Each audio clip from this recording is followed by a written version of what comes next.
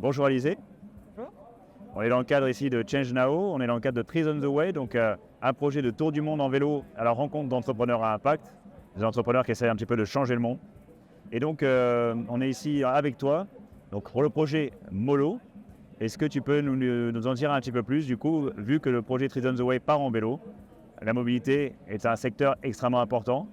Est-ce que tu peux nous parler un petit peu de ton projet et nous raconter comment tu as eu l'idée? Bien sûr, donc nous, avec Molo, on parle voyage bas carbone. Donc on parle mobilité douce en général. Mais l'idée, c'est qu'on est parti du constat qu'aujourd'hui, beaucoup de gens, et de plus en plus, et c'est chouette, se rendent compte que voyager en avion, voyager en voiture, il va falloir le réduire pour des questions environnementales. Par contre, de là à passer à l'action et à se lancer sur du voyage en train, en bus, etc., on n'y est pas encore. Et ça, pourquoi? Parce que c'est parfois trop cher, c'est parfois trop long, et surtout, on ne sait pas forcément que ça existe. Aujourd'hui, c'est facile d'organiser un Paris-Montpellier en train. Quand il s'agit de partir jusqu'à Budapest, on ne sait pas trop comment faire. Et c'est pour ça que nous, on a créé cette plateforme qui s'appelle Molo. Allons-y Molo avec le trajet. Et c'est pour se dire qu'on va avoir une solution où on va avoir plein d'itinéraires qui vont nous inspirer au départ de la France, du long week-end en France jusqu'au périple, jusque dans les îles Lofoten en Norvège par exemple. Génial, donc partout dans le monde. Exactement. En Europe principalement pour l'instant, mais l'idée c'est... Bien sûr, après de grandir peut-être. Excellent. Et du coup, alors, donc, pourquoi Molo? Tu m'as dit donc, parce que c'est pour ralentir, c'est un peu le mollo quoi. C'est ça. En fait, nous, notre slogan, c'est un peu « Allons-y mollo sur notre empreinte carbone ». Et en fait, mollo, ça regroupe plein de choses. La mobility, le slow travel ou le low carbone. Donc, c'est un peu un mix de tout. Waouh, pas mal, excellent. Surtout quand on sait que le secteur du transport, c'est à peu près 30% des émissions de gaz à effet de serre. Donc, c'est extrêmement conséquent et donc c'est un secteur qui est... C'est ça. Aujourd'hui, sur l'empreinte carbone d'un Français, c'est le poste principal d'émission, le transport. Et en plus de ça, l'aviation, quand on s'y penche, c'est un impact énorme. Enfin, si on fait un Paris-New York, on est à presque 2 tonnes de carbone aller-retour et c'est censé être notre budget carbone en 2050 total pour l'année. Donc, incluant la nourriture, notre vie. On ne peut plus rien faire après, quoi. C'est ça. D'accord, il faut se mettre dans un lit et dormir jusqu'à la fin de l'année. D'accord. Ok, bah du coup, dans ce cadre-là, donc la raison d'être profonde de Molo aujourd'hui, quelle est-elle?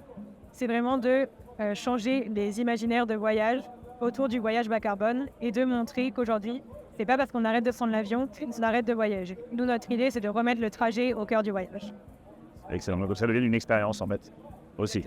C'est ça, aujourd'hui, en fait, souvent le trajet, on se dit qu'il commence à la destination, on prend notre avion et le voyage commence là, alors que non, le voyage, il peut commencer à la gare de départ. Et voyager en train, c'est évidemment parfois voyager plus lentement. Par contre, c'est arrêter sur plein de villes en chemin et peut-être avoir 3 voyages en France. Excellent. Et moi, j'aimerais avoir un petit peu, donc, quelle est ta vision du secteur de la mobilité aujourd'hui? Dans les années à venir, comment tu le vois, cet avenir? Moi, je pense que c'est un secteur qui est en transition. Et on le voit ici aujourd'hui, on est dans le pool mobilité de Change Now. Et il y a plein de gens qui s'y mettent, du trajet en vélo, du voyage en train. Et en fait, plus on va avoir des acteurs qui vont se mettre, et nous c'est un peu notre esprit, être une communauté autour du voyage en train, plus les choses vont bouger. Et alors évidemment ça prend du temps parce que monter une nouvelle ligne de train c'est des dizaines d'années. Par contre, on voit qu'il y a des choses qui commencent à se mettre en place. La France par exemple a annoncé un budget pour le ferroviaire de plusieurs milliards d'euros à échelle 2040. On s'y met. Évidemment, à notre échelle, on trouve toujours que ça ne va pas assez vite, mais je pense qu'il faut rester positif sur tout ça. Et voilà, plus on va s'y mettre et chaque petit pas est bon. Ok. Et peut-être un petit retour sur les camions qui transportent par le ferroviaire. Qu'est-ce que tu en penses de ça? Est-ce que tu vois ça arriver de plus en plus souvent? Parce qu'on se pose toujours la question de ces camions qui sont sur les grands axes, qui pourraient très bien être sur les trains. Donc il y avait cette question-là à un moment donné. Quel est ton avis un peu sur cette question-là? Ça existait beaucoup avant, il y en avait beaucoup plus avant, surtout en France, on était une grande nation des ferroviaires. Ça existe de moins en moins parce que je pense qu'on n'a pas fait les bons investissements au bon moment pour dynamiser cette partie ferroviaire, mais transport de marchandises. J'espère en tout cas que ça va revenir. Il y a quelques acteurs qui essayent de se pencher sur la question. Aujourd'hui, on voit des endroits en France qui font le transit de ces choses et qui ne sont pas du tout à pleine charge, quoi. Et c'est dommage. Donc oui, bien sûr, c'est aussi quelque chose à développer. Ouais. Ok. Alors du coup, sur la partie un peu plus entrepreneuriat, est-ce que tu penses qu'on pourrait aujourd'hui rallier rentabilité économique, donc pouvoir vivre de son projet et les parties prenantes également, et impact positif pour l'humain et la planète. Est-ce que tu penses que c'est deux choses qui sont conciliables? Je pense que c'est totalement conciliable et c'est notre objectif en tout cas avec Molo.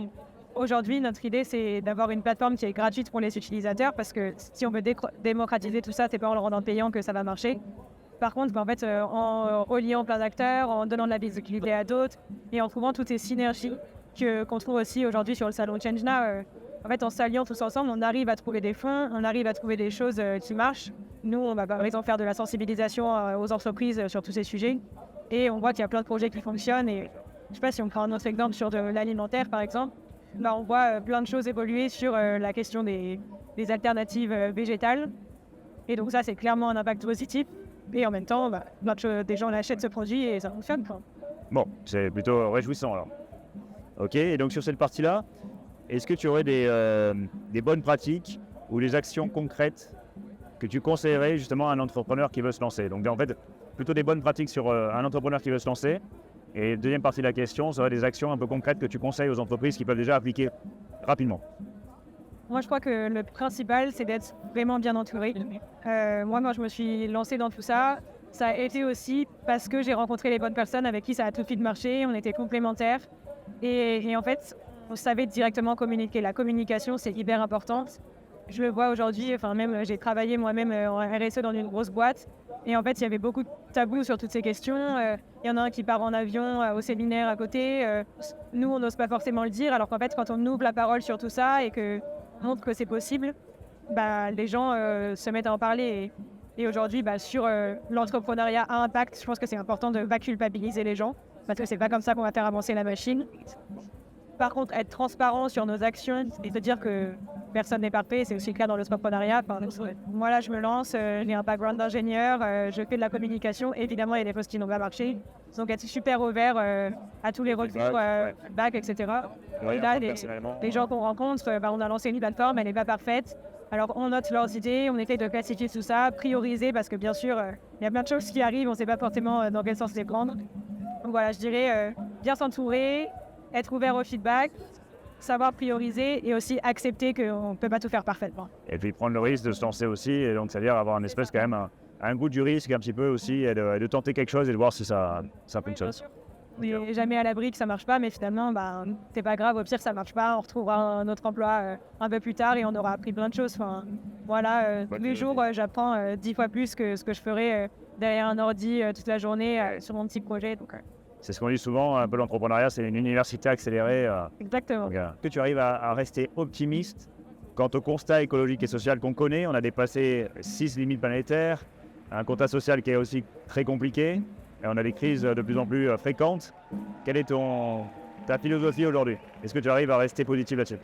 Moi, je crois que c'est essentiel de rester positif et ça a été un peu mon déclic. En fait, avant, je travaillais en RSE dans une grosse boîte.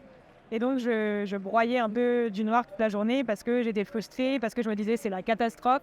Et en fait, j'avais l'impression d'être face à une montagne. Et je pense que c'est le cas de beaucoup. On est face à une montagne qu'on a l'impression qu'on ne va jamais réussir à gravir, qu'on ne peut pas contourner, on ne peut rien faire. Et donc, qu'est-ce qu'on arrive là? On se rend dans l'inaction.